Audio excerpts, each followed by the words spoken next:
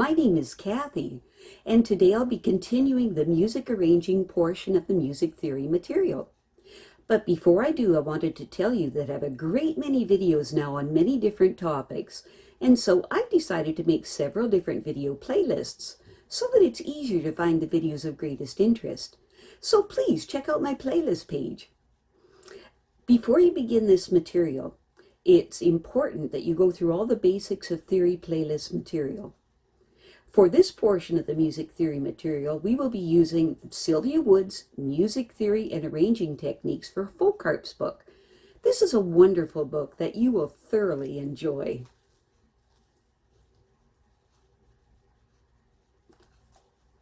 Today we continue with Chapter 18 of your book titled Tuning Your Harp to Two Keys at Once. There are several minor scales. If your harp is tuned with no sharps or flats, the key of C major or A minor, the scale from A to A is called the natural minor scale.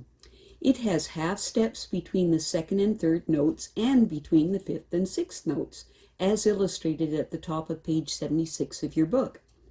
Another example is the key of E minor that has a key signature of one sharp, an F. The E natural minor scale is illustrated in the middle of page 76 of your book. There is another kind of minor scale, and it uses notes that are not in the key signature.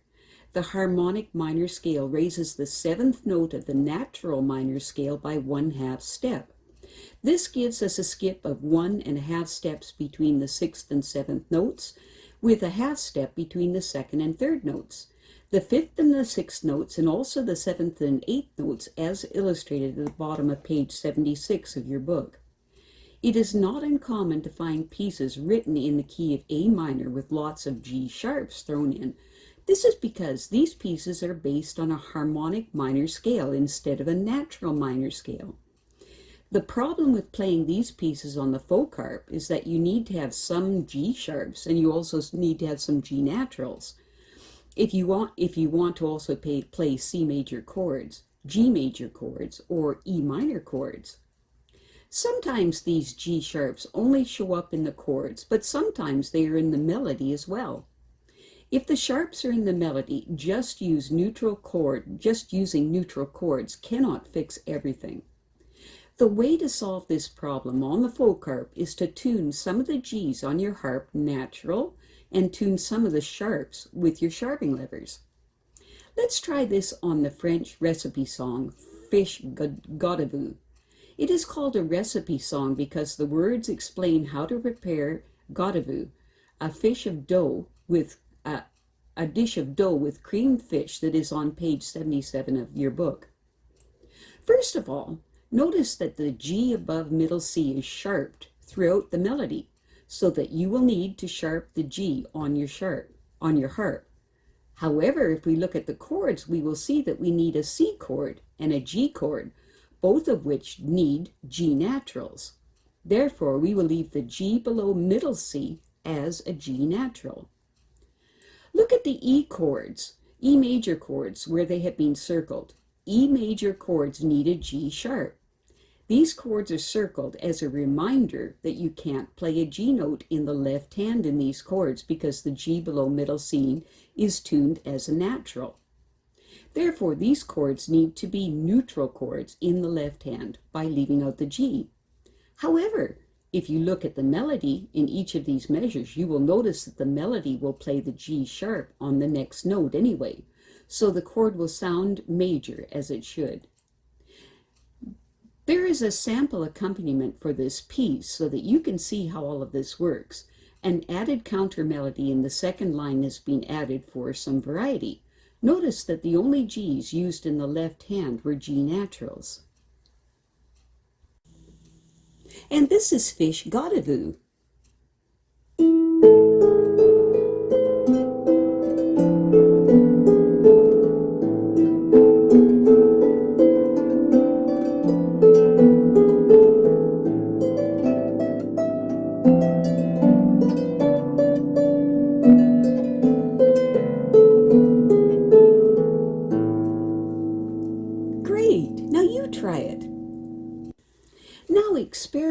with other accompaniments to this piece so that you get used to which notes to leave out. Try adding chords to the right hand, but be careful about your G's and your G sharps. Another French piece called The Waterman on page 78 of your book has a similar problem with needing G naturals and G sharps. Once again, you'll tune the G above middle C to a G sharp and leave the G below middle C to a G natural. Look at the E major chord at the end of the first two lines in this arrangement. There is an added G sharp in the right hand to fill out the chord, since it couldn't be added into the left hand. Play through the arrangement, paying close attention to what was done with all the G's. Then try your own arrangement. Just remember to leave the G note out of the E major chord in your left hand. Otherwise, you will accidentally make them E minor chords, which will sound awful with the G sharp in the melody. And this is The Waterman.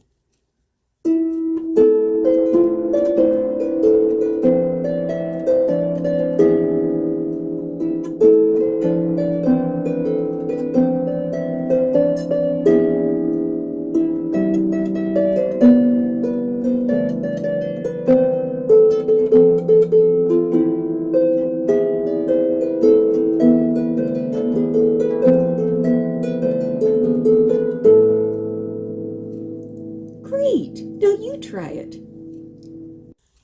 Now you're ready to do one on your own. For The Jolly Miller, a song from New England at the top of page 79 of your book, you can keep your harp tuned exactly the same way as you did on the last two pieces, with one G sharp and one G natural. The E major chords, where you will have to be sure the left-hand chords are neutral, is circled. And this is The Jolly Miller.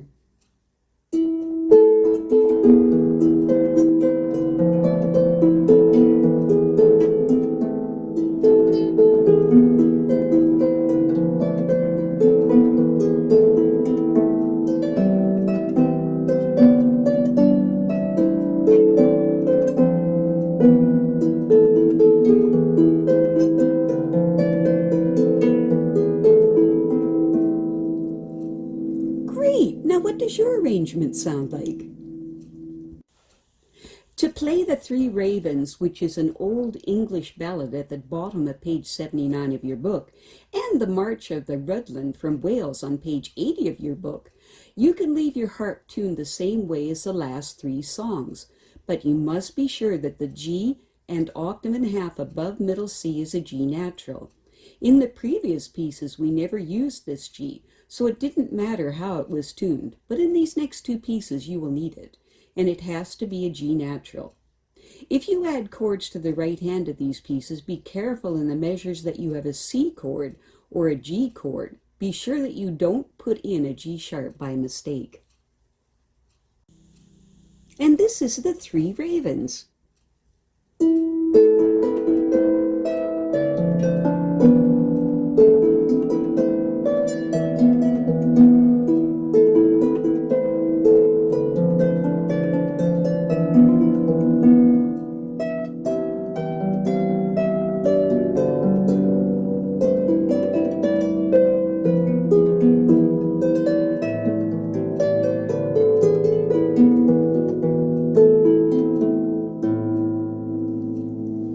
Great! Now what does your arrangement sound like? And this is the March of Rudland.